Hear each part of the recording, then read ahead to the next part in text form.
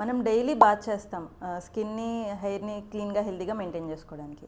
But what if I tell you, మనం బాత్కి use చేసే ఆ వాటరే మన స్కిన్ అండ్ హెయిర్ని డ్యామేజ్ చేస్తున్నాయి. ఎస్, మీరు విన్నది నిజమే.